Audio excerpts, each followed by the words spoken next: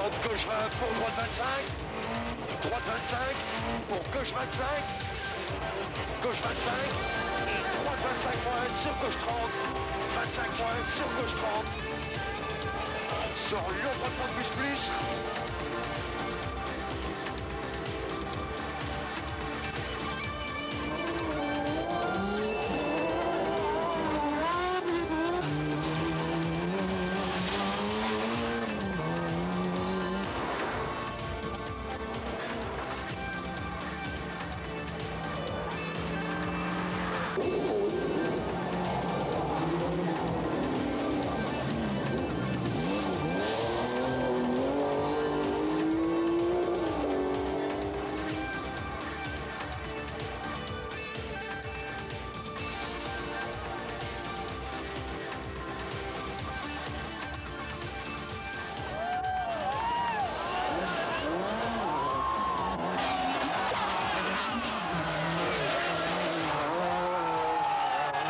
Bienvenue dans Champions numéro 9 de cette troisième saison. C'est déjà notre 90e émission. Nous sommes ici à MXM, près d'Anvers, face aux ateliers de Gérard Magnette, les ateliers Future World, que l'on découvrira dans quelques instants. Avant ça, cap sur le sud de la France, cap sur Château de la Tour. Pour la dernière manche du Trophée Andros, on ne roule plus sur la neige, mais on roule sur la terre.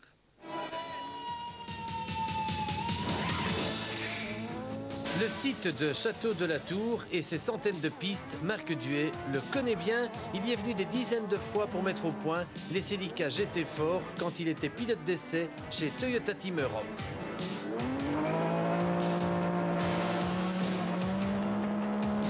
Par contre, cette piste, il la découvre. Cette piste inédite, nouvellement construite pour le défi Andros, et il nous la fait découvrir.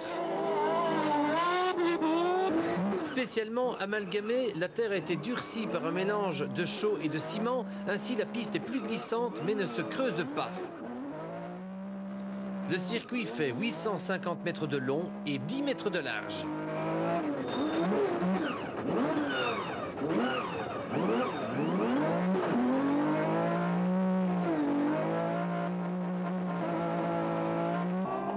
Il a plu juste avant les essais, mais la tramontane souffle, elle va sécher cette belle terre brune qui, tout compte fait, rappelle un peu la neige. C'est de la neige brune, ça adhère un peu mieux. Je pense qu'il y a un tiers d'adhérence supplémentaire puisque la terre fatalement adhère mieux que la glace, mais on a des pneus de camionnette. C'est des pneus qui ne sont pas des pneus faits pour ce genre de terrain, donc on a quand même beaucoup de glisse. C'est vraiment comparable aux courses sur glace. Première finale, Marc Duet est à droite. Il démarre en force, entre en tête dans le droit du fond, pourchassé par la Seat Cordoba de Gounon. La BMW est toujours en tête dans le deuxième droite, mais dans le troisième, Marc sort un peu trop large.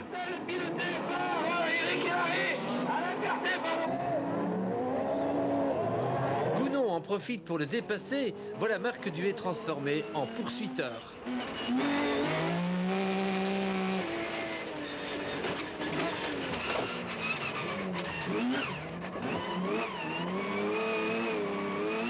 Pendant 5 tours, Marc va coller au pare-choc de l'étonnante Seat Cordoba sans jamais pouvoir la déborder.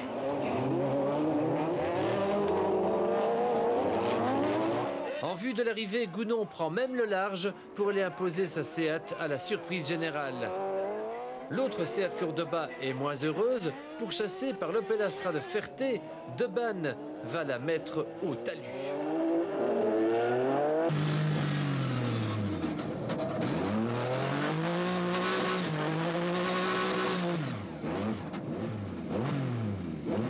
Victoire donc de Jean-Marc Gounon, Seat, devant Marc Duet, BMW 318 Ti. Le spectacle a été réchauffant. Les 5000 spectateurs sont contents. Le départ était difficile, j'étais dans une partie de piste humide encore, donc je me suis logiquement fait devancer.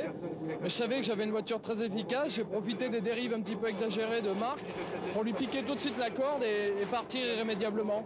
C'est une course géniale, facile, voiture efficace, comme j'aimerais en avoir tous les week-ends. Gounon a battu Duhet de quelques 6 secondes.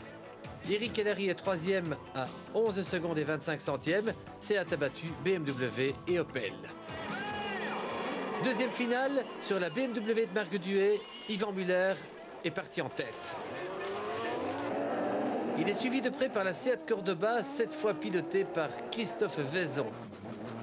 Tour après tour, la bagarre est serrée, non seulement entre Yvan Muller et Christophe Vaison pour la première place, mais aussi pour la troisième place entre la BMW d'Herbert, la Seat Cordoba de Ludovic Faure et l'Opel de Marco Allen.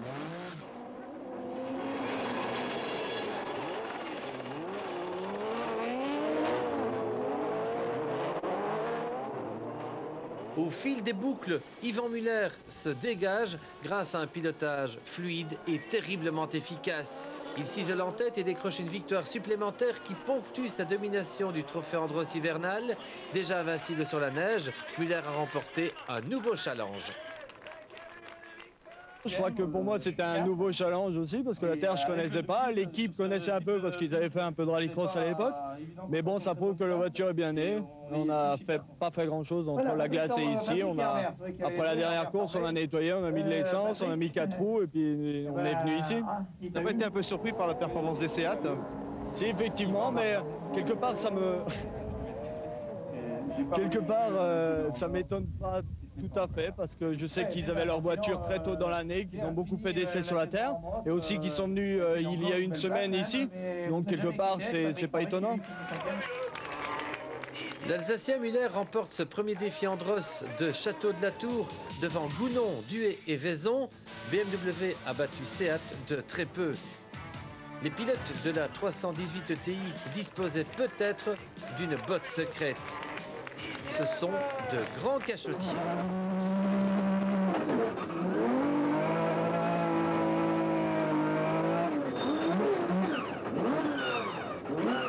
Retour à MXM, près d'Anvers, devant les ateliers de Future World de Gérard Magnette, où l'on prépare des fortes escortes de pointe qui, par exemple, ont récemment gagné avec Paul Liétard le rallye des géants et avec Roger Bourren le rallye de Hanu. Première question au propriétaire des lieux, Gérard Magnette, depuis combien de temps existe Future World? Future World existe depuis 3 ans. Vous employez combien de personnes à temps plein? 3 personnes. Et vous avez aligné combien de voitures depuis, durant les 2 dernières saisons, en fait? Oui, on a dû participer à 55 rallyes depuis 2 ans. Avec quel succès? On a eu tout le temps les voitures parmi les 3 premiers, je crois. Ce qui frappe le plus quand on arrive ici, c'est le silence, l'ordre et la propreté. Quand Gérard Magnette a décidé de construire Future World, il y a 3 ans, dans l'orangerie du parc d'MXM, il voulait offrir un service de qualité à un petit nombre de clients. Pour lui, le double champion de Belgique national, la qualité du service prime sur la quantité des clients servis. 3 ans d'existence, 3 mécaniciens à temps plein, le plus souvent ces clients se classent parmi les 3 premiers. Chez Future World, on a un peu l'impression que tout va par 3, puisqu'à Hanu aussi, vous avez failli classer 3 voitures sur le podium final avec Bourren, Steveny et le Finlandais Vuopala. À Hanu, où le duel entre les AX et les ZX a été particulièrement intéressant à suivre, on y revient avec Gérald Duhéry. Après les boucles de Spa, le rallye de Hanu est le 2e rendez-vous du trophée Citroën ZX et du Challenge AX. 19 AX sont au départ et 8 ZX, parmi lesquels celle du vainqueur des boucles de Spa, le jeune malmédien Kurt Echters. D'emblée, le protégé de Marc Duhet et Bruno Thierry réalise des chronos surprenants. Echters est pris en chasse par son grand rival François de Spa. Malheureusement, une crevaison et une petite sortie de route le retardent, il termine 4e. De Spa est devancé par un revenant, Francis Leroy, 3e, malgré cette petite faute. 2e, Xavier Busch participe à son premier trophée Citroën ZX. Il a terminé la préparation de sa voiture juste à temps pour Hanu. Absent à Spa, Busch a constamment gardé la pression sur le vainqueur, Kurt Echters, que l'on peut déjà considérer à 25 ans comme la révélation du trophée ZX 96. Echters gagne comme à Spa, mais il reste lucide. Le trophée ZX 1996 s'annonce passionnant, les écarts entre les pilotes sont très faibles. On se bat à coups de seconde et je crois qu'on ne serait pas allé plus vite, ni François, ni moi, ni Busch, je crois. Enfin. Parce que François m'a avoué la spéciale avant, il a dit je crois qu'on est à la limite de la voiture. Au classement du championnat, Echters possède déjà 33 points d'avance sur deux Spa. Leroy, Gansen et Busch attendent leur heure.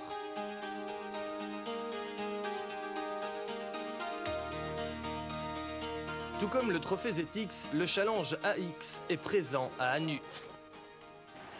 Grand perdant des boucles de Spa, Benoît Banneux ne peut faire mieux qu'une 5e place. Il est devancé par Eric Wilmus, 4e. Suite à la neutralisation d'une étape, Wilmus a perdu le contact avec Lionel Van Bergen, vainqueur en AX aux boucles de Spa. Van Bergen termine 3e à nu après s'être battu à coups de seconde avec Fabrice Michels.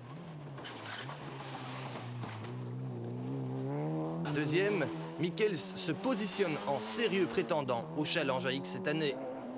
Le vainqueur du challenge à nu, c'est Frédéric Becco. Malchanceux à Spa, Becco a pris une belle revanche en s'imposant haut la main. De retour à l'assistance Citroën, Frédéric Becco espère poursuivre sa saison dans les mêmes conditions. Bon, c'est clair que je signe demain pour que ça continue ainsi, mais c'est le sport et ça va être, pas dire très dur, mais de se maintenir ainsi question chrono, ça va pas être trop dur, mais il faut voir la mécanique. Enfin, jusqu'à présent, on n'a eu aucun problème, la voiture va très bien. Mais on verra, c'est le rallye. Au classement du championnat, Lionel Van Bergen devance Fabrice Michels, Frédéric Becco, Christophe Pirotte et Dominique Kint. Maintenant, avec Gérard Magnette chez Future World, on va parler technique. Et la technique, curieusement, ça vous passionne énormément, Gérard. Oui, bien sûr, j'ai le même plaisir de préparer les voitures de rallye que de les piloter. Une question que les amateurs se posent beaucoup, c'est qu'est-ce que c'est le fameux bang-bang? Vous pouvez expliquer ça? Oui, bien sûr, c'est un système tout à fait explicable qui, au niveau technique, est fort facile, mais qui devient nettement plus élaboré au niveau programmation. Programmation électronique. Bien sûr. En fait, tout part de cette fameuse petite puce électronique. Oui, bien sûr, c'est une puce programmable qui se situe dans le boîtier électronique de gestion du moteur, ainsi que d'une valve d'air complémentaire qui permet la rotation continue du turbo, même par fermeture du papillon d'accélérateur. Et alors, d'où proviennent ces fameuses détonations? Les détonations qu'on entend, c'est du fait qu'il y a de l'allumage pendant que les soupapes d'échappement sont ouvertes. Sur le plan mécanique, est-ce que vous cassez encore beaucoup de turbos? Non, ça fait longtemps qu'on n'en est plus cassé. On peut faire un rallye sans problème avec le turbo. Et combien avez-vous consommé, par exemple, de pneus depuis 2 ans et demi? 1 millier de pneus, je crois. C'est énorme. Je crois que c'est beaucoup parce que c'est quand même une chose très importante dans les spéciales d'avoir les bons pneus. Les pneus qui font aujourd'hui l'objet de recherches technologiques de plus en plus poussées et de plus en plus secrètes. Cependant, nous avons de la chance, nous avons pu visiter le centre d'expérience de Michelin à Almeria.